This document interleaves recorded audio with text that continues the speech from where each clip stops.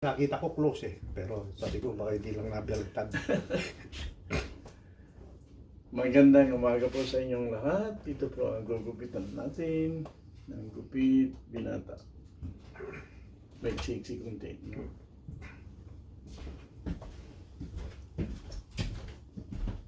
Malamig pa rin.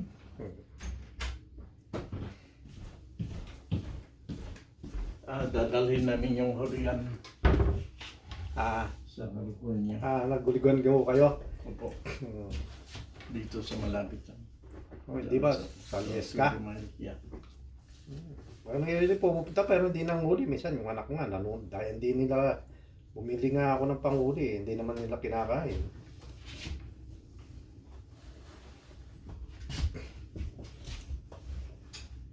Darating na raw yung manunggang ninyo. Dumating na po, dyan na. Dumating na. Good. Buti. Yung ng kaibigan natin tagal lang approve, wala daw visa. Tingnan nga yung May kalukuhan yata yung mga nagtatrabaho doon. Ewan ko nga ho. Pati nga ho yung pangalawa kong panganay, approve na rin yung wala lang available visa sinasabi nila, nakapress yun. Yun. Dapat noon yun ang unahin dahil 2016 pa nakapetisyon yun Yun. Yung anak kong pangalawa, panganay. May single parent. Ganon din yung anak ng kaibigan natin. Kahit na mo ang tagal ng approve. Dapat yan nila yung approve na pa dahilan bakit walang available visa. Dapat wag nilang approvean kung walang available visa, di ba? Tama. Di ba? Pero may na-approve mo pagkatapos anong reason doon bakit hindi mo bigyan available visa, approve na. Doesn't make sense. Anong dahilan? Dapat sabihin nila kung anong gusto nila, di ba po? Kung minsan walang kasalanan ng gobyerno, yung mga taong nagtatrabaho ang may kasalanan. Well, tagal na pagkatapos ganyan pang kahit anong gawin mo sa computer.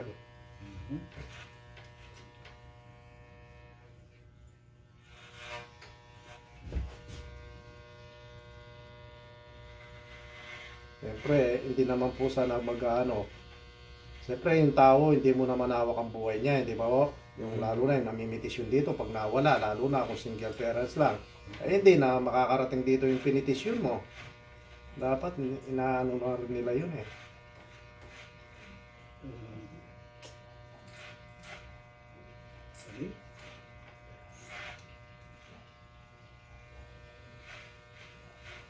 Di baling nakapetisyon, kung kahit na nawala ang buhay na namitisyon, makakarating dito. Walang problema yun kahit na walang available visa.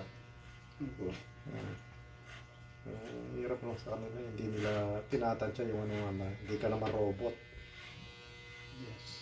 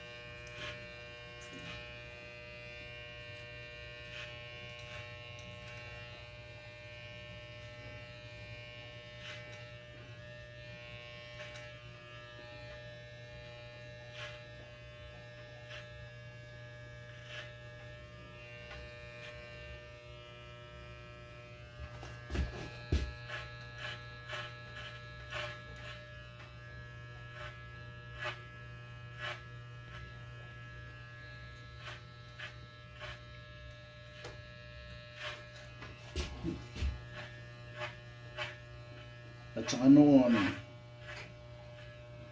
yung mga hipag ko, mga bayaw, ang mga sekretarya ng mga senators natin, congressman, sina congressman doon Steven Berkowski,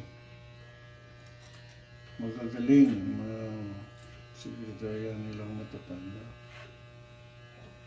Maraming nalalaman dyan. Kasi po ngayon, Kaya yun ang nagka-problema ang mga bayaw. Yung mga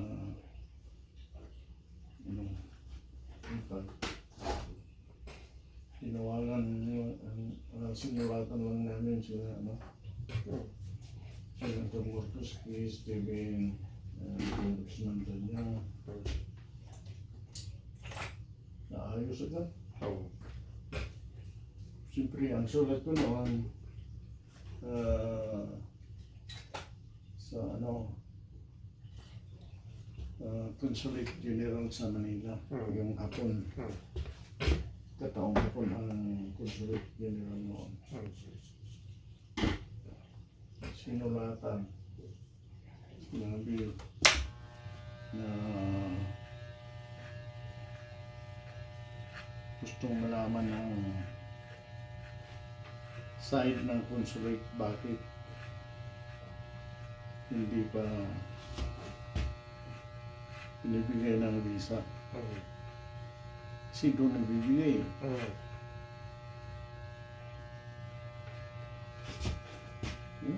Binigay agad. Si ang kinukulit noon, fraud daw ang isang bayaw. Sabi ko naman, bakit sinasali lahat? May kanya-kanyang case number. Kailangan kung sino lang yung may problema, maiwan muna. Yeah! Hindi wag mo dadama yung Yan, sinabi ko lang. Kung may problema ang isa sa kanila, dapat yung isa lang. yan ang i-hold ninyo, hindi lahat. Hindi lahat. Sayang yung Tsaka yun nga yung inaano nyo, hindi ba? Yung namitisyon, di mo na unawak ang buhay. Halimbawa, nakaprocess na po, hindi ba? O, namatay po yung namimitisyon. Hindi, wala na, di ba? Tama. O. Di ba, di sana kung nakaprocess na kahit na may mangyayari sa namitisyon, walang problema. Dahil pasok na. Hindi eh. Pag may nangyari sa namitisyon, kahit na kompleto na lahat yung papel, zero balance sila, anong lalaban mo? Kaya, sabi ni Senator Berkowski, parang siya ang nagsasabi pero ang sekretarya. Mr. and Mrs. Carina's letter is very, very self-explanatory. I want to hear your side. Sabi, wala na, hindi na sumagot si Consulate General. Tsaka lalo na po ngayon, mabilis dahil mga computer, Yeah. hindi tutulad nun, sulat-sulat lang, di ba? Yan. Maano mo, may mga record yung namimitisyon kung isa yung kailangan yung may problema lang maiwan, yung clear lahat ang niya, yun ang unahin. Yun ang, Naku, common sense lang eh. dahil pangawi yung hindi nag-aral, merong nanunungkulan ka, dapat alam mo yun. Siyempre sabihin, baka naipon na lahat yun, baka aabutan ng 1,000 yung dyan, tayo rin mamumblema. Dapat yung ayos ng mga papeles, yun lagyan na ng visa. Dapat yan yun. Eh, kung may kaso ka naman kahit na inayos doon, pag nakita ka dito sa Amerika, hindi ka ba babalikin? Kahit na sino pang pagbabayaran mo.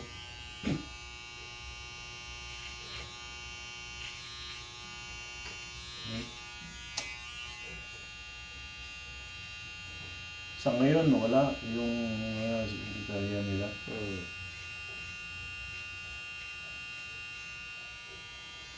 Pag anong sinasabi ng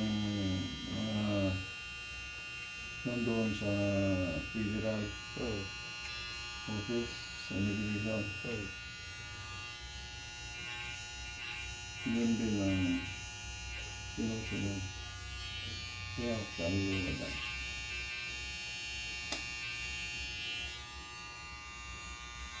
Pero, hopefully,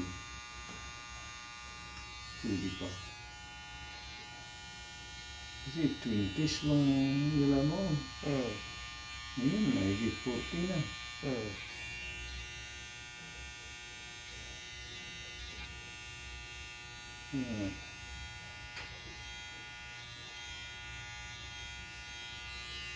Yung ano na lang yung pag-asa ng bata.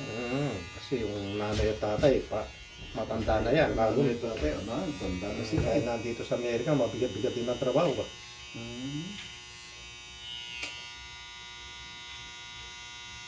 Alam naman nyo sa Pilipinas, minsan, kung farmers lang, sa ano lang, o kung kaya kung walang ano, sa bahay lang, o pagdating dito, kung hindi sana siya trabaho, mahirapan siya.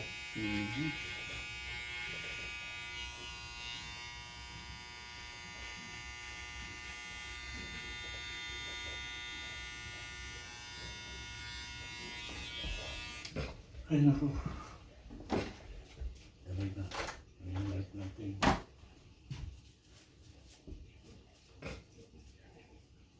Kailangan nyo sa Pilipinas, inaano rin. Kasi pag ba, mabilis yung proseso ron.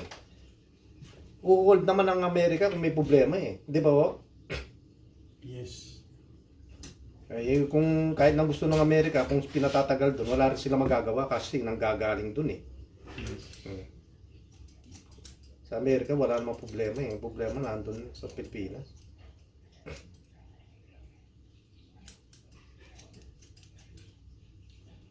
Saka yung pong, para sa akin lang, albawa, nagtatrabaho ka sa Manila, sa mga tulad ng nakapetisyon. Dapat magbigay, at tulad bawa ako nagtatrabaho ron. Magbibigay ako ng advice doon sa napetisyon at saka sa namimpetisyon. Hindi ba ho? Para matulungan mo sila kung ano talagang dapat gawin. Di ba? Tama. Saka sa nakaupo ka lang, wala kang sinapay nasasahod ka. Kahit na mali, chini-check kung anong nangyayari ron.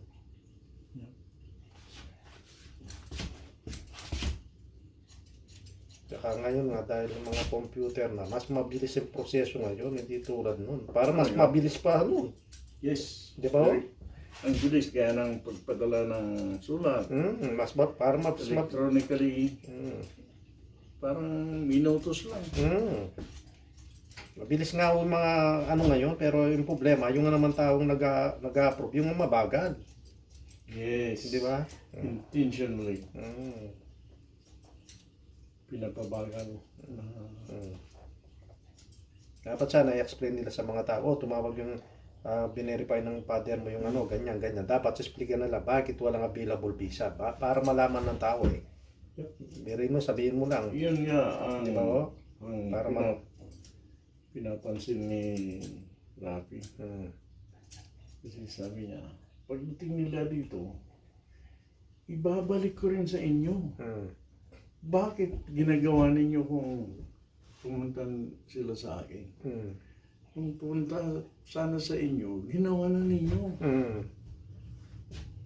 Eh, inaantay pa pupunta kay Rafi. Ibabalik din doon. At saka, dilitaw pa yung baho mo. Di ba? Yung kung anong ano mo sa trabaho. Di ba? Gusto mo bang mangyari yun? Siyempre, nagtatrabaho dyan, ganyan, ganyan. Dilitaw ka na wala kang alam.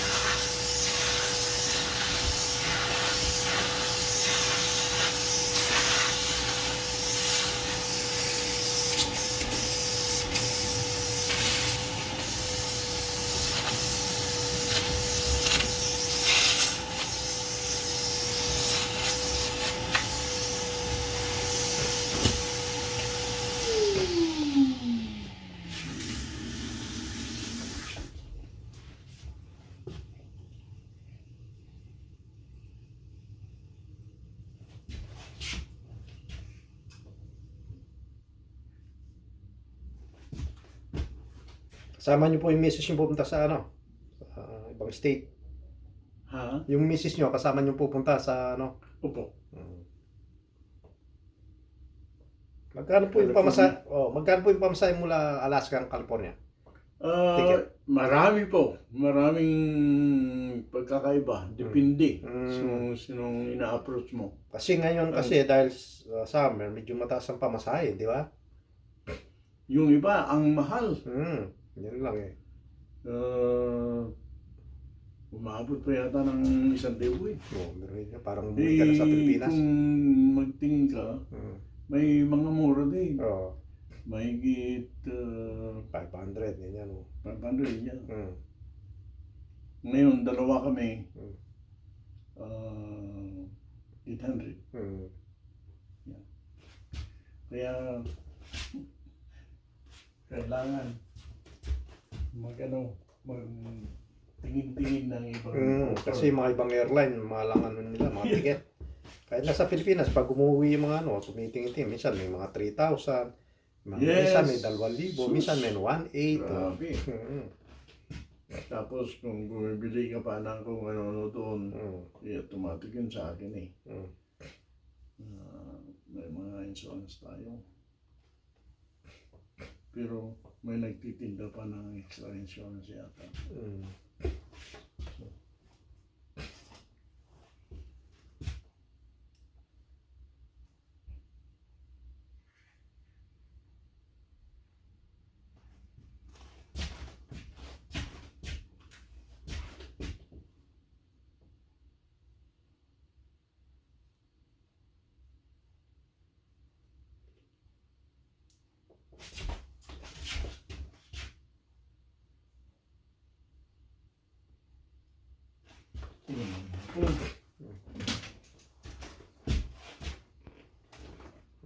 Okay na po. Tama na? Opo. Okay. Tsaka pag umalis kayo po, pastil yung pumunta kayo ng Amerika. Pag ba kayo nung papagbalik-balik dyan, close ngayon bukas, siguro bukas. Baka singling mo balik-balik. Hindi nga nagbakasyon muna. Lagi takot po. Pero nagbasakali ako kasi minsan naka-close pero open.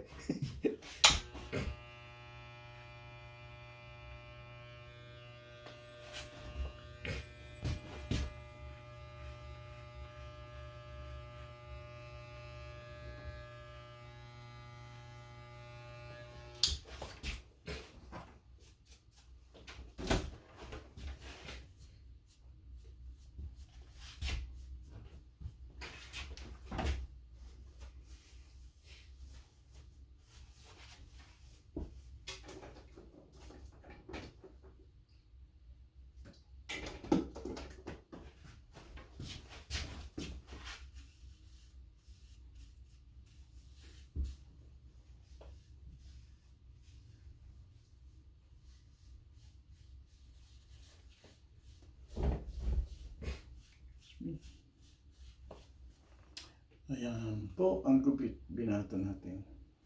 Maraming salamat po sa panonood. Thank you so much for watching.